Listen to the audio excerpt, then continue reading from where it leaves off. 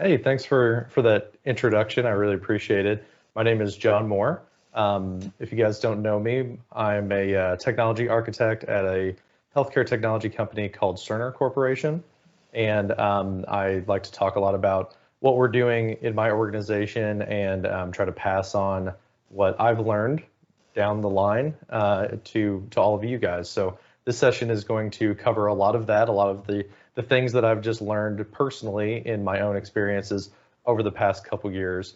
And for just about a year now, I've also been a Microsoft MVP as well in the Office apps and services category. So a little bit about me to start out. You can follow me on Twitter. You can also find me on YouTube. And also, whenever you're on YouTube, I want to encourage you to make sure to look up the last presenter that was on here, Michel. He has a fantastic YouTube channel with a lot of these types of topics like advanced video production in Microsoft Teams. So he's a really good channel to subscribe to as well. I've been in end user computing for 14 years. I've been working at Cerner the entire time, straight out of college. And I actually started out in the Mac OS platform. My first job for the first few years was managing all of our Macs. And now, lo and behold, 14 years later, I'm the Microsoft 365 architect. So it's funny how careers take a path, over the course of a career. Outside of work, I have a few interests. I'm neck deep in technology all the time. I really enjoy drones in my spare time, as well as home automation. And one of my favorite things I like to do is take old Nintendo consoles. I like to find like old Game Boys at garage sales and refurbish them and make them like new again. So that's why you'll see a lot of Nintendo paraphernalia around me. And then I also would consider myself a maker. I run a wood shop with my wife called Fountain City Wood Shop, and we use a laser cutter, CNC machine, and 3D printing. So kind of bridging working with my hands and working with technology in my spare time as well. And we have a lot of fun doing that. So what we're going to cover in this session on live events is advanced live event production. So a little bit beyond what you can do just out of the box with Microsoft Teams live events and doing the Teams encoding. So we're going to talk about external encoders, bringing guests together. There was a topic in the last session, there was a slide about Teams NDI. We're going to go a little bit deeper into the topic of Teams NDI, show how it actually works. I'm going to attempt to do a demo with OBS and have you guys be my guinea pigs. We'll bring a few of you into a scene to see how we can lay things out in a custom way using NDI. And then at the end of this, we're going to talk about something very technical, very complex, which is streaming to multiple destinations. I get a lot of questions about, I want to do a Teams live event, but I also want to put it on LinkedIn Live, or my company also has a YouTube channel and a Facebook page, and we want to go to both at the same time. What are the options for that? So we're going to talk a little bit about simulcasting. And then a few assumptions that I've got for you all this morning is you've already understood live video. You've hopefully spent the past year doing live events in Microsoft Teams and realizing the power that broadcast technology can have and moderated Q&A and all of those great things. But you're hoping to do a little bit more. You've kind of hit the ceiling of what you can do with Microsoft Teams, and you're interested in taking that next step into advanced video production. So to start out, let's talk about Teams encoding versus external encoding. This is a choice that you make whenever you are setting up a live event for the first time. Whenever you're going through that wizard, you always have to make a choice. Am I going to do this in Teams, or am I going to do this external encoding? And Teams has been great. It's really been growing a lot, especially over the past year. The Teams live event construct of, I need something that I don't have to download a bunch of extra software. I don't want to spend a lot of money.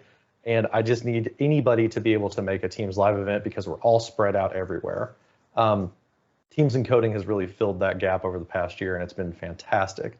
But if you want to start bringing in more company branding, you want to put your logo as what's called a bug in the corner, like Michel had. If you want to put the person's title and their name as a lower third, or you want to put a clock in the corner, that's when you're getting into external encoding, and you get more customization, but you also get more complexity out of that. So Teams versus external, there's more you can do with external, but it's easier to do the basics in Microsoft Teams encoding. The other caveat with external encoding is if you're going to set up a Teams live event and choose the external encoding option, you should know that that would be for people in your organization only. So employees of your company and guests of your company, not public broad audiences. So the encoding is done in Microsoft Stream, which is available only internally at this time. Now, if you're on board with external encoding, you want to have all of this customization and all of these, new capabilities. You can you have a few choices, and I've kind of lumped these into 3 different categories. You've got software encoders, hardware encoders like physical switches with buttons, and then web-based services that you can pay a subscription fee for.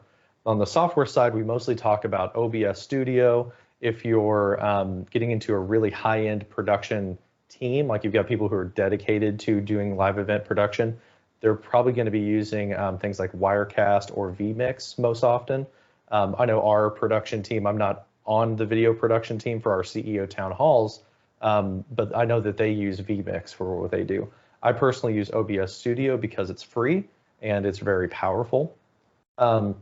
With the software stuff, you get a lot of customization, but you need to be aware that there's a ton of computing overhead.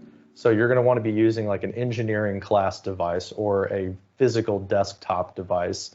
Laptops can do it if you're using like an i7 processor, if you have a good amount of RAM on your computer. I'm running a 15-inch MacBook Pro and it handles it fine, but it does stress out the computer. The fans are running all the time when I'm running OBS.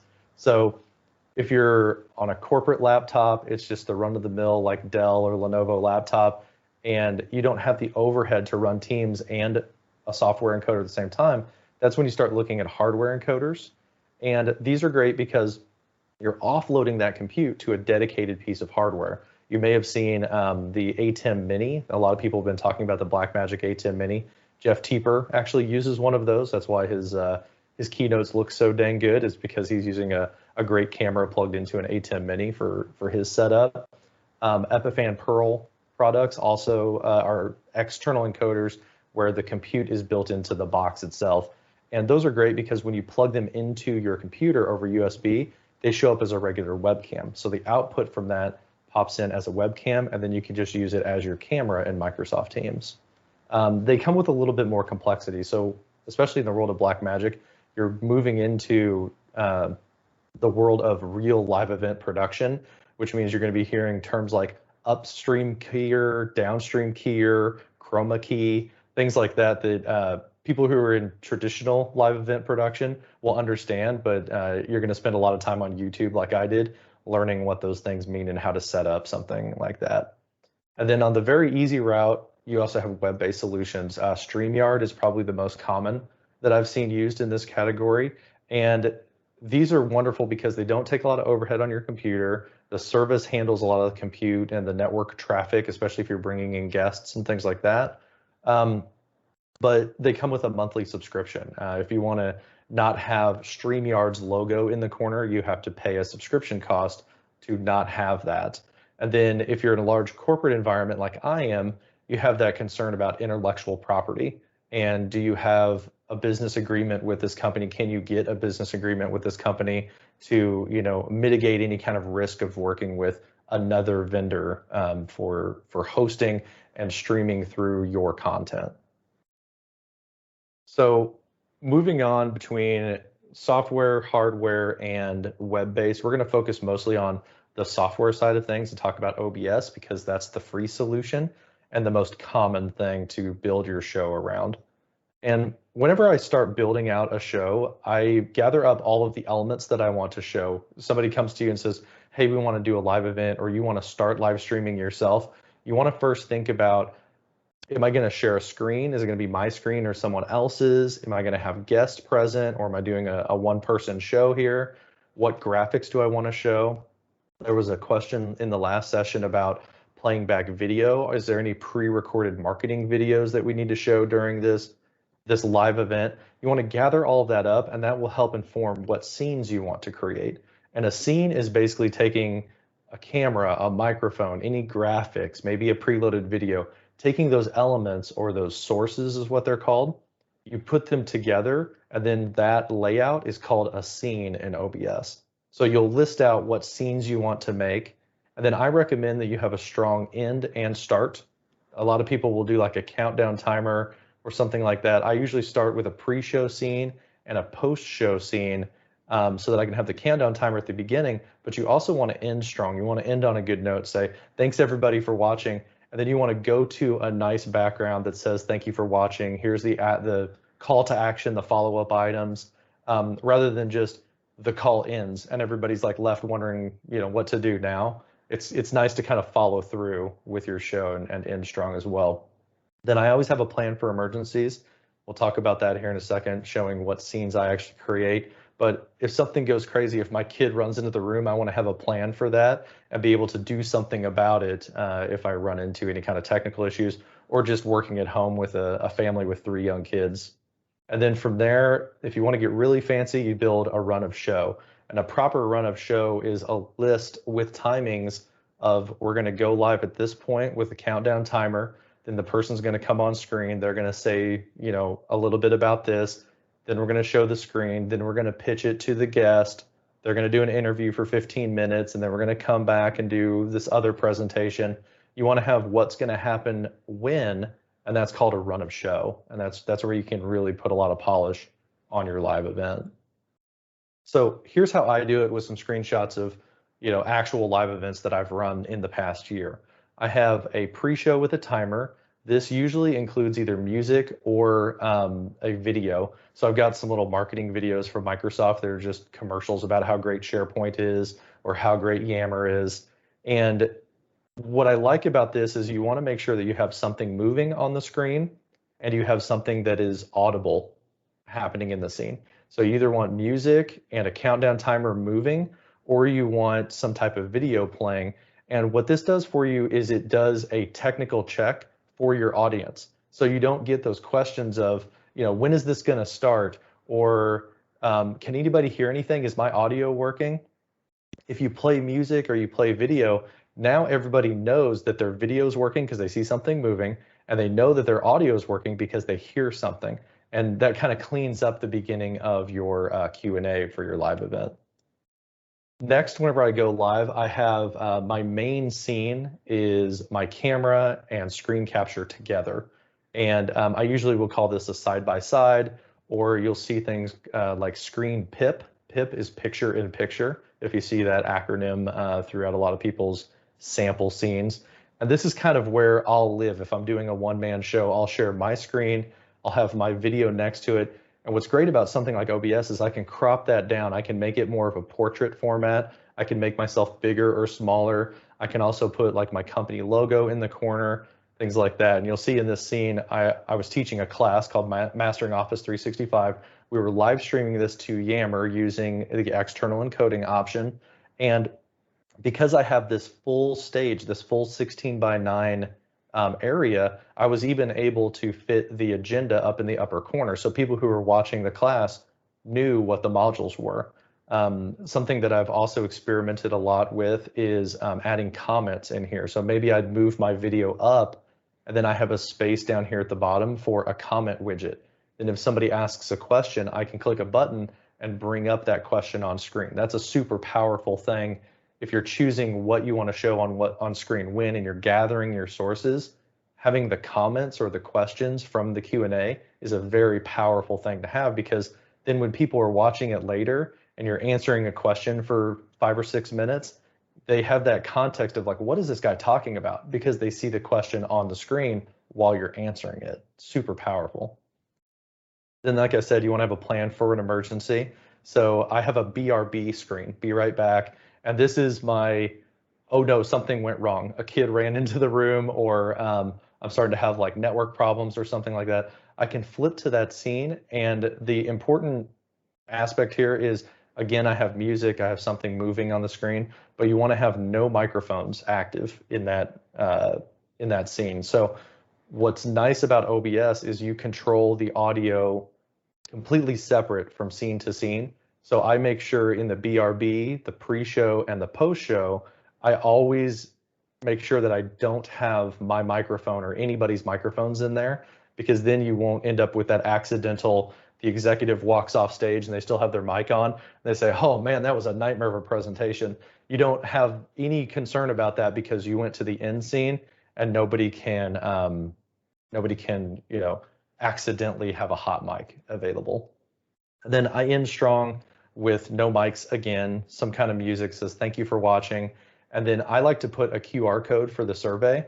So I like to ask people like, where were you watching from? What was your experience? Was this the right time of day? That's one thing that I try to be sensitive to. This is a, UK time zone based event that we're in right now, but I'm in Missouri. I'm 5-6 hours ahead. So I like to ask my audience, what works best for you? And then we'll cater to that audience. Maybe we do one in the middle of the night for me to help our associates that we have in Australia. Maybe we do one early in the morning so that Europe can watch a little bit easier. It's good to get that feedback.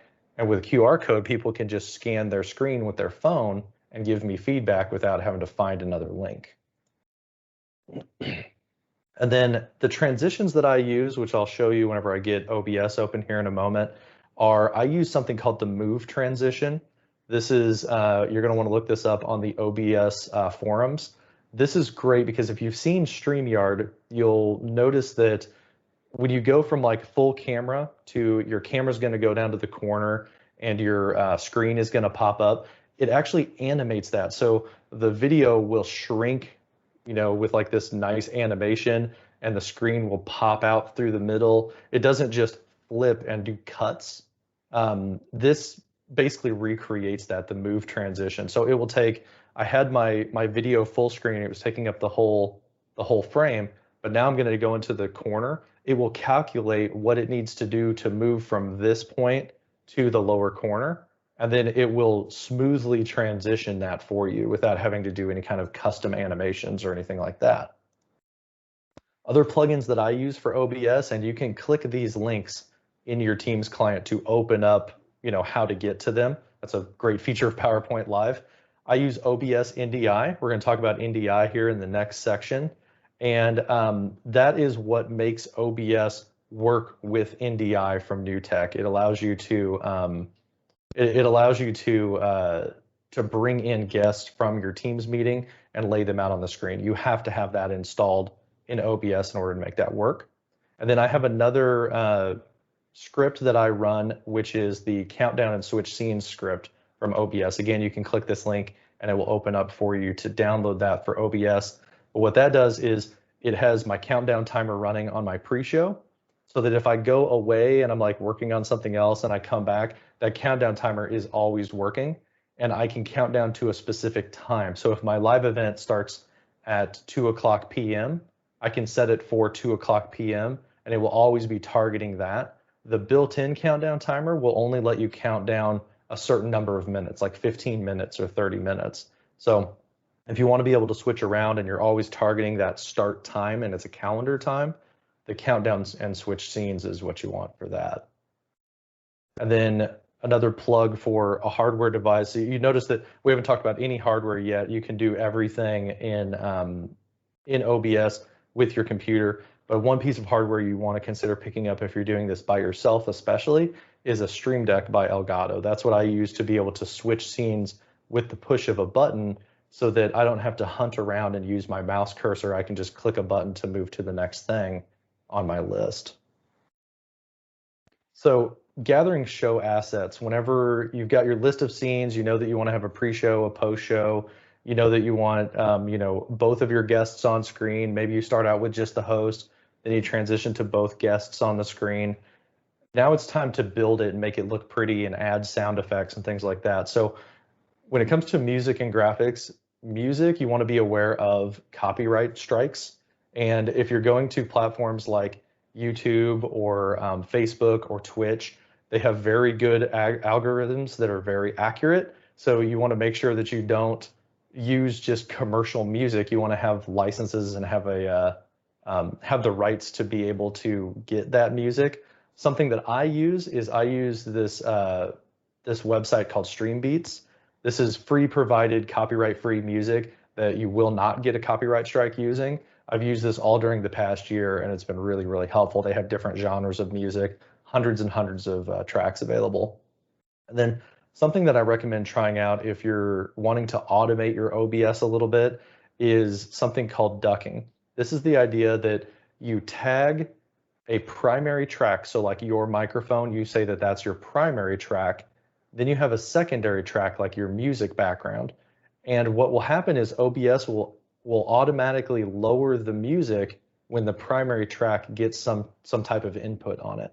So when you start talking, the music will duck behind your audio track, and then people can hear you properly. And if you're quiet again, it will raise the music back up automatically for you. This is good for a lot of gaming streamers, but also I've seen a trend where people will live stream coding. They'll sit and they'll write code for hours, and they may talk for a little bit, or they may just be quiet and type for 15 minutes. This will automatically control that level for you if you want to just listen to music for a while and type on your keyboard. And then if you want to make a comment, you don't have to worry about lowering the music because it will do it for you. On the graphics side of things, I have a screenshot right here of H2R Graphics. This is my favorite application for putting graphics on top of your video if you want a lower third or you want the clock like Michelle had. You want to make sure that you're going to follow brand guidelines. At Cerner, we have 30,000 associates. We're a large, mature enterprise. So naturally, our creative services has a brand guideline PDF that we all download. And that tells me what font to use, what color hex codes to use, what the primary and secondary colors are, how to use the logo properly. You never want to put it on top of another color. It's always on top of white. Otherwise, you use this other logo. You want to know about those things so that as you're building the scene out, it looks like, something that the company would have. You don't want to offend a company if you're doing this for another company and they're consulting with you. You don't want to offend them by using the wrong colors of their competitor or something like that. So be aware of those details.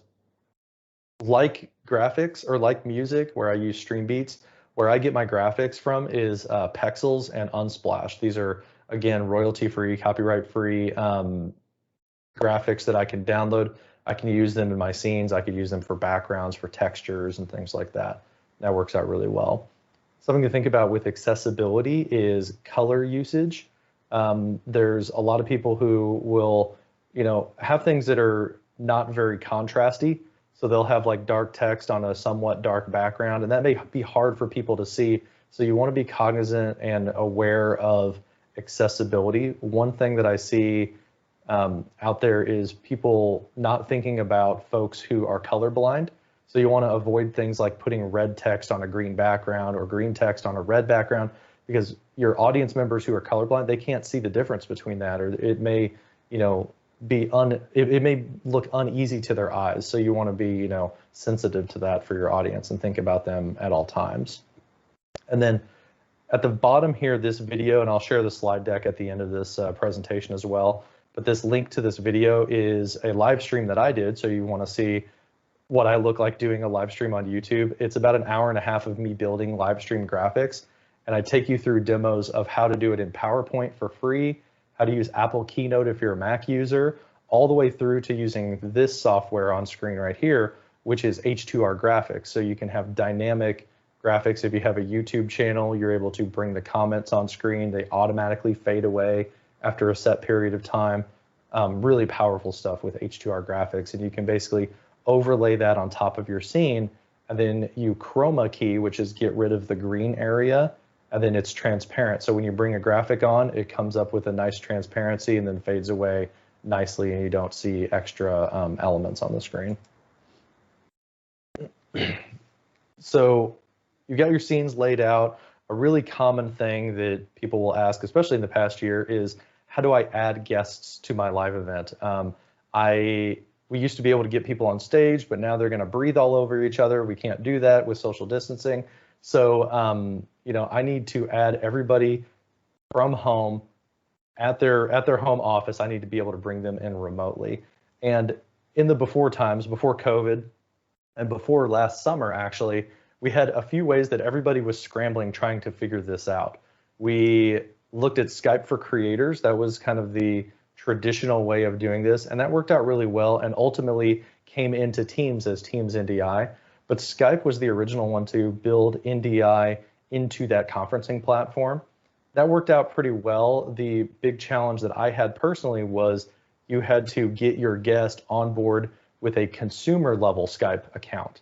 So that was kind of the big hang up for a lot of corporations is, oh no, they can't use their corporate credentials. They have to use a Microsoft.com like personal Xbox Live account or something like that. And that was difficult to kind of explain to people. Yeah, I know we've been using Teams for a year, but I'm going to need you to use Skype for this one event. So we got a lot of sideways looks about that. Then I looked at services like OBS.Ninja. This is great because it's a peer-to-peer browser connection.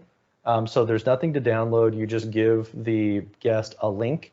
They click on the link, and then in Chrome or in Microsoft Edge, it will access their camera and microphone, and then you get their feed right away. So it's secure because it's a direct peer-to-peer connection, but it also adds to the overall network overhead. You're having these extra video streams coming in over your own home network and kind of stressing it out. I also ran into issues where there would be updates to OBS Ninja. Something I had set up didn't work right the second time around, so I had to scramble before the show, and that just kind of leads to making your guests show up 30 minutes early or even an hour early, and that's kind of hard to schedule with people.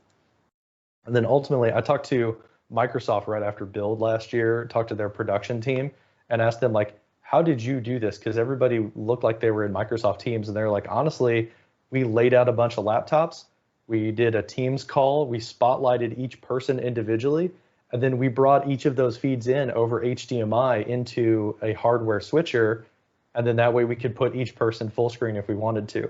So this is a picture of literally one of my live streams where we did that. I brought in multiple devices, had multiple people on screen, and then we're using a hardware switch. So, I mean, that feels like caveman days at this point, doing something like that and having cables strung all over a table.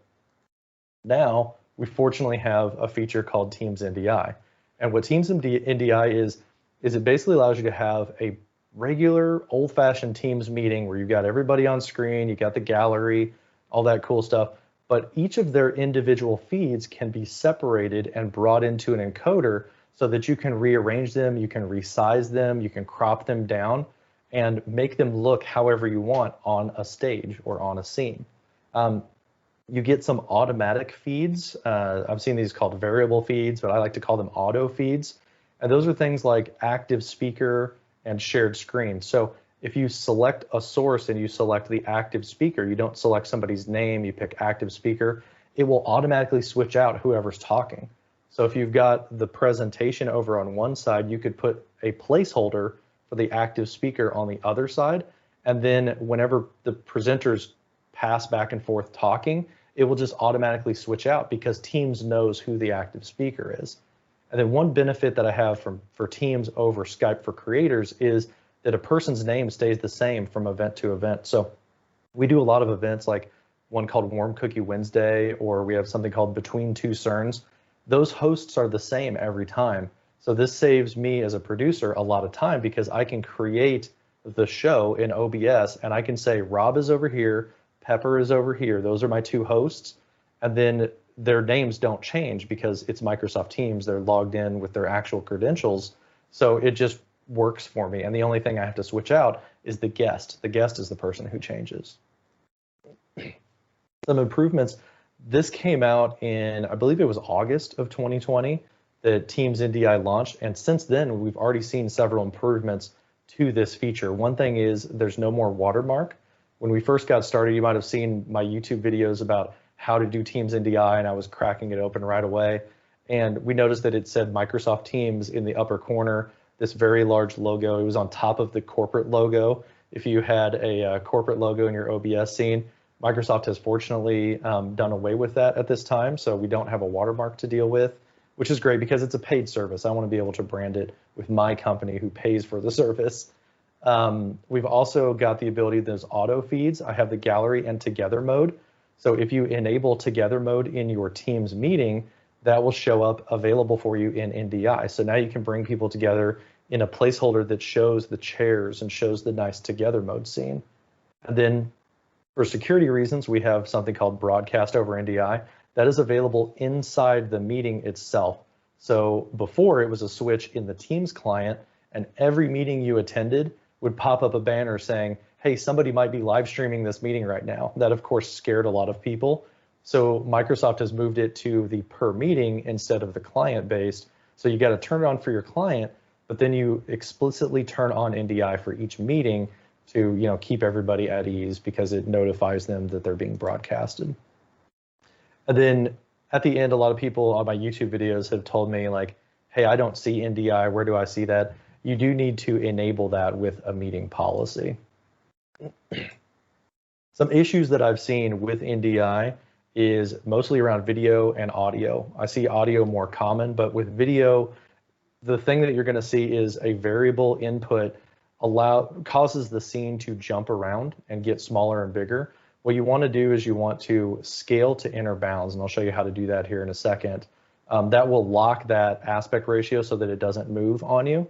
And then you can save clicks by using nested scenes. So I recommend adding each NDI source as its own scene, do that lock to inner bounds, and then you can bring it in to an overall scene where you've got multiple people on screen at the same time, and you don't have to do a bunch of right clicks and changing options.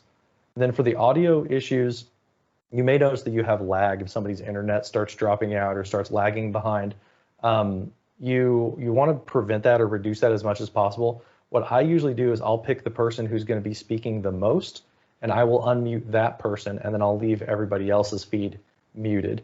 You want to only have one NDI feed active at a time in the audio settings because everybody's full meeting content comes in on every single source. So you want to avoid doubling. You'll get an echo if you have more than one person unmuted. Just pick whoever's going to speak the most or whoever's on every scene.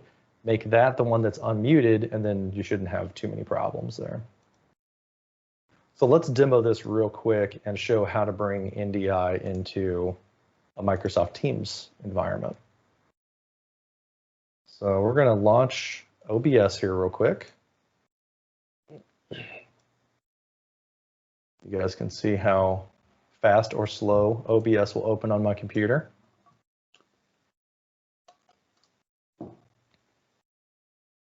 So I've got OBS open right here, and this is the example of those scenes that I was talking about. This is my full camera scene, so you can see that, that I'm on here with a textured background. I'm able to share my screen, and you saw that my video kind of reduced down. That's that move transition that I was talking about. If I want to go a little bit bigger and do side by side, it moves naturally and it looks really good. You're probably seeing choppiness just because I'm sharing my screen through Microsoft Teams. I promise on my side it's nice and smooth. But if I want to add guests to this, I need to utilize NDI features. So if anybody wants to turn on their camera, I'll use you as my demo guinea pig. But what we do is we get into a Teams meeting, and then in the actual meeting, you can click the more actions right here. And I want to enable broadcast over NDI. This will give me the capability of showing multiple people on the screen at the same time. So I'm done with Teams. Now I would go down here and start a new scene, and I'll call this just like Michael NDI because I see Michael on screen here. And I would add, another one. And so Michael NDI, I would go in here to add a new source. I click the plus button under the sources, and I add an NDI source. I accidentally clicked the wrong thing. So NDI source, and I would do Michael. And then from the picker here under source name, I have everybody who's in this meeting right now. So I can select Michael right here. And then his video would show up when it becomes available to me. And I can hit OK. He might turn his video on here. But this is the part where I would want to go in and edit transform. So you right click on the source, you click edit transform, and then I can lock this to scale to inner bounds right here in the middle. And it's set to 1920 by 1080. So now Michael's video will always be that size no matter what happens on his internet connection. It won't jump around on me. Then, so I don't have to do that right click and transform, I'll do something like a panel right here. And in that instance, I would add a scene. So rather than an NDI source, I would do an embedded scene. And you'll see that I have Michael right here under NDI. He comes in, he's full screen. So now I can crop it down, make it a little bit skinnier like this. I can resize him on the screen. And it doesn't affect that scene where he's just 1080p in the background. And then I can go in here to like my video capture device. I can add my own camera. And then I can shrink myself down too, crop it, do all this. And now I've got us side by side. I can put a nice background behind this. I can put Michael's title underneath his name or underneath his video, stuff like that. So that's how you bring multiple people on screen and you use that idea of a nested scene so that it doesn't jump around and you don't have to make sure that all those settings are set properly if you have this person in 3 or 4 different scenarios on screen. So that's a quick demo of NDI. Let's go back over here to the slides.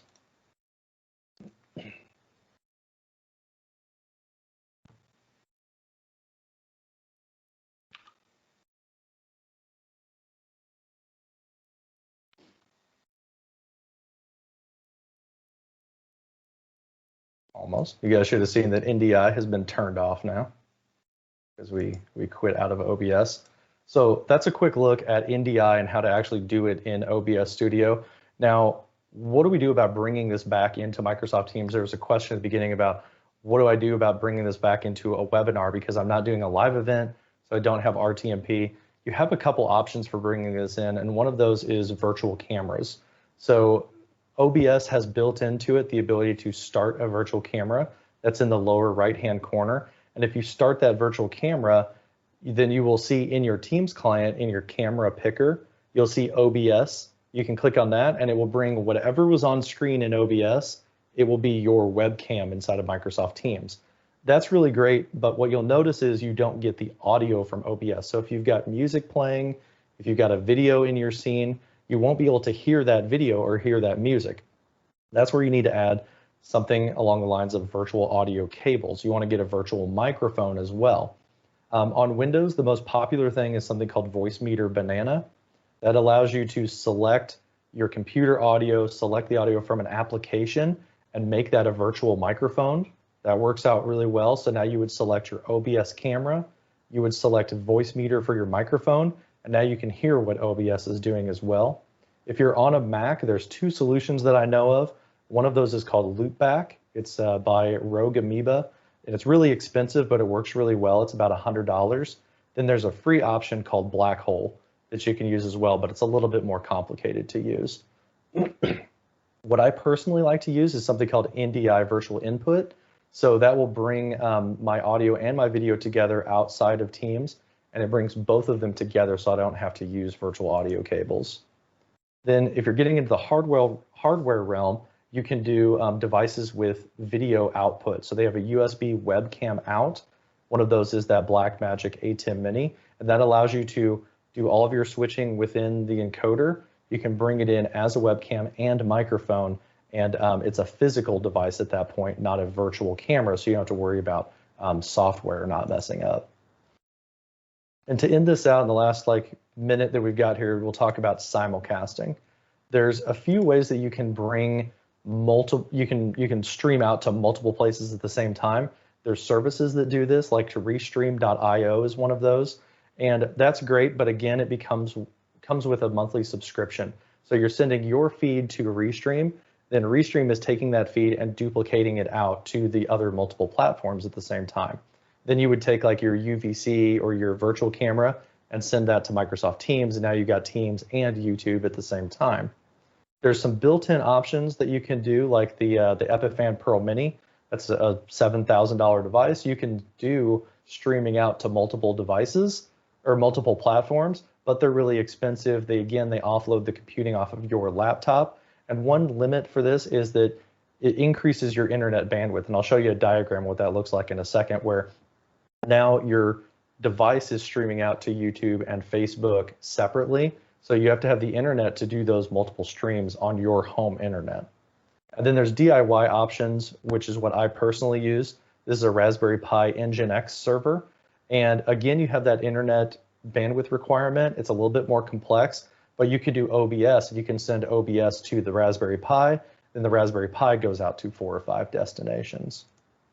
An overview diagram of what mine looks like. This is my actual streaming setup. I have OBS going to a Raspberry Pi. You can click the link in the bottom there to see a video for how I built that. I have it going to YouTube and then to Microsoft Stream, which ends up showing up on Yammer.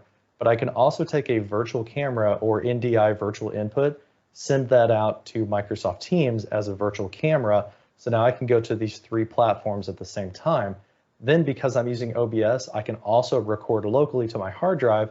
So if my internet goes down, I just keep going with my show as if everything is okay, and I can post the recording later. So to end this thing out, where do we go from here? I would recommend getting OBS and learning on YouTube. There's a playlist here as well as a YouTube channel from a guy called Nutty. He shows really crazy advanced tutorials for doing special things in OBS that other people aren't quite dreaming of yet. Microsoft has a great adoption guide. It's like a 60-page PDF at this second link where you can get their guide for how to do virtual events, and they cover step-by-step with screenshots how to do NDI inside of OBS. There's my video for how to build that multi-stream box with a Raspberry Pi. And then if you're using virtual cameras on Mac OS, you might notice that that doesn't work in Microsoft Teams on Mac OS. There is a workaround posted by Ecamm. So that's how to do that. It's just a simple command that you can run to get those working again. And then I have my live stream graphics tutorial on YouTube if you want to learn how H2R graphics works or how to add elements onto your screen. Those are much longer step-by-step tutorials for how to do that. So with that, I want to encourage you to, rate this session, scan the QR code or click the link down there at the bottom. If you want to download these slides, you can click this link at the bottom. I will also post it in the chat so you can download these slides and get some of these references as well. And I don't know, did we have time for questions? It looks like we're right over the 40-minute mark here. Thank you, John. So many information. That was really great session. Thank you. Appreciate it. I'm scrolling through a little bit of the questions here. The same thing. And for the other attendees, if you don't have any question at the moment, please just check the link, which I have also posted in the chat section for a feedback. It would really mean a lot. Awesome. Well, thanks, everybody. I'm going to stick around. I want to give the next presenter time to get their stuff ready. So I will stick in the chat, and I'll reply to answer all of your questions in the chat, and I'll share the slide deck. So thanks, everybody, for your time. I really appreciate it, and have a great rest of your conference. Be sure to go to AltSpace VR at the end for the after conference. So.